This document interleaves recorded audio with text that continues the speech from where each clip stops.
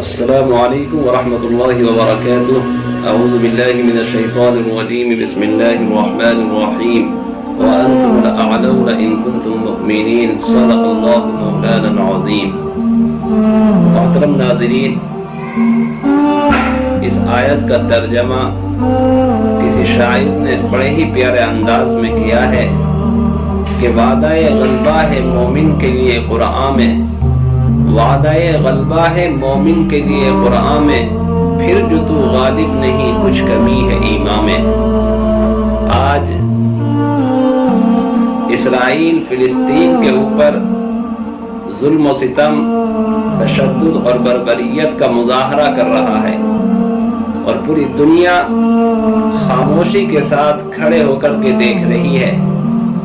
لیکن افسوس ہوتا ہے ہمیں اپنے ان 57 مسلم ممالک پر جو اپنے آپ کو مسلم ممالک کہلا رہے ہیں، لیکن اس وقت میں جو پہلے سے وہ کرتے چلے آ رہے ہیں کہ جب بھی اسرائیل نے فلسطین کے اوپر ظلم و ستم کی بارش کی تو ان مسلم ممالک نے ہر موقع پر اسرائیل کی مذمت کی، اور دیکھنے میں آ رہا ہے کہ اس وقت بھی مذمت ہی سے کام کر رہے ہیں، اور یہ وقت مذمت کا نہیں ہے بلکہ مرمت کا ہے۔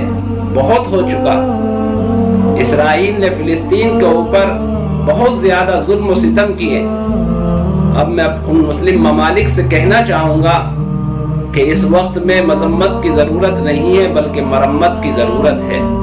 بہرحال اللہ تعالی فلسطین کی حفاظت فرمائے، فلسطین کے مسلمانوں کی حفاظت فرمائے، اور ان ماؤں بہنوں کی، ان بچوں کی حفاظت فرمائے جو کمزوری کے باوجود اسرائیل کی سینا کا ڈٹ کر کے مقابلہ کر رہے ہیں۔ اور اس وقت میں ہمیں کیا کرنے کی ضرورت ہے، یعنی مسلمانان ہند کا وظیفہ اس وقت میں کیا ہے، کیونکہ ہم لوگ وہاں جا نہیں سکتے، لیکن ہم ان کے لیے دعا تو کر سکتے ہیں، اور ہر آدمی کہہ رہا ہے اور کر بھی رہا ہے کہ اللہ تعالیٰ اسرائیل کو ختم کر دے، اسرائیل کو نیست و نابود کر دے، اور فلسطین کی باری تعالیٰ مدد فرما دے۔ لیکن دعائیں ہو رہی ہیں، دعا قبول ہونے کے لیے تیار نہیں۔ ہمیں اس طرف دیکھنا ہے، اس سمت میں جانا ہے کہ آخر ہماری دعائیں قبول کیوں نہیں ہو رہی ہیں۔ میرے دوستو، جو میں نے آیت پڑھی اور اس کا ترجمہ شعر کے ساتھ کیا کہ وعدہ غلبہ ہے مومن کے لیے قرآن میں، پھر جو تو غالب نہیں کچھ کمی ہے ایمان میں۔ اللہ تعالیٰ نے مسلمان کی بادشاہت کا اور اسلام کی بادشاہت کا وعدہ اس آیت میں کیا ہے، لیکن آج مسلمان ذلیل و خوار ہو رہا ہے، آج مسلمان مر رہا ہے، پٹ رہا ہے، کٹ رہا ہے، دعائیں مانگ رہا ہے، دعائیں قبول نہیں ہو رہی ہیں۔ آخر اس کی وجہ کیا ہے؟ وجہ یہی ہے کہ آج ہم اسلام سے دور جا چکے ہیں، ہماری زندگی سے اسلام کی تعلیمات نکل چکی ہے، ہمارا اسلام سے تعلق جو ہونا چاہیے تھا اس تعلق کے اندر کمزوری آ چکی ہے۔ میں مثال دیتا ہوں کہ اللہ تعالیٰ نے اس کائنات کو انسان کے لیے پیدا فرمایا، باری تعالیٰ نے اس کائنات کی ہر چیز کو، چرند پرند نباتات جمادات سب کو اللہ تعالیٰ نے انسان کے لیے پیدا فرمایا۔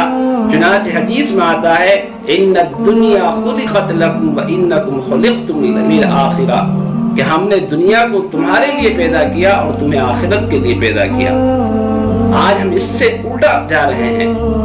آج مسلمان سمجھ رہا ہے کہ اللہ تعالیٰ نے ہمیں اس دنیا کے لیے پیدا کیا، اور یہ انسان اس کمینی دنیا کے پیچھے بھاگ رہا ہے اور دنیا اس سے دور بھاگ رہی ہے۔ میرے دوستو، رزق کا وعدہ اللہ نے کیا ہے، جتنا رزق آپ کے مقدر میں ہے وہ مل کر رہے گا۔ آپ اس حدیث کو سمجھیے کہ اللہ تعالیٰ نے دنیا کی ہر چیز کو آپ کے لیے پیدا کیا، اور آپ کو اللہ نے آخرت کے لیے پیدا کیا، لہذا وہ کام کریے جس سے باری تعالیٰ خوش ہوں گے۔ میں مثال دیتا ہوں کہ ایک لکڑی، جب تک وہ لکڑی تھی اس کی کوئی حیثیت نہیں تھی، اس لکڑی کو آدمی کرسی پہ استعمال کرتا ہے، جوتے پہ استعمال کرتا ہے، اسی طریقے سے بیڈ پہ لیٹ کر استعمال کرتا ہے، نہ جانے اس لکڑی کو جلایا بھی جاتا ہے، لیکن جب وہ لکڑی رحل بن کر کے اپنے آپ کو قرآن کریم کی خدمت کے لیے پیش کر دیتی ہے اور قرآن کریم کا خادم بن کر آتی ہے، تو میرے دوستو جس طریقے سے مسلمان قرآن کریم کی عظمت کرتا ہے، قرآن کریم کا احترام کرتا ہے، اسی طریقے سے مسلمان کے ذمہ یہ واجب ہو جاتا ہے کہ وہ اس رحل کا، اس لکڑی کا بھی احترام کرے۔ کیوں کر رہا ہے ایسا؟ وہ کیونکہ اس لکڑی نے اپنے آپ کو قرآن کریم کی خدمت کے لیے پیش کر دیا۔ میرے عزیزوں، اللہ تعالیٰ نے اس انسان کو اشرف المخلوقات بنایا۔ جب یہ اپنے آپ کو قرآن کریم کا خادم بنائے گا، قرآن کریم کی تعلیمات کے مطابق زندگی گزارے گا، افسوس ہوتا ہے اللہ تعالیٰ نے اتنا بہترین کلام، اتنی بہترین کتاب ہمیں عطا فرمائی، آج ہم سمجھ رہے ہیں کہ یہ کتاب تعویذ گنڈوں کی کتاب ہے، یہ برکت والی کتاب ہے، یہ صرف ہم نے برکت کی کتاب سمجھ کر رکھ لیا ہے۔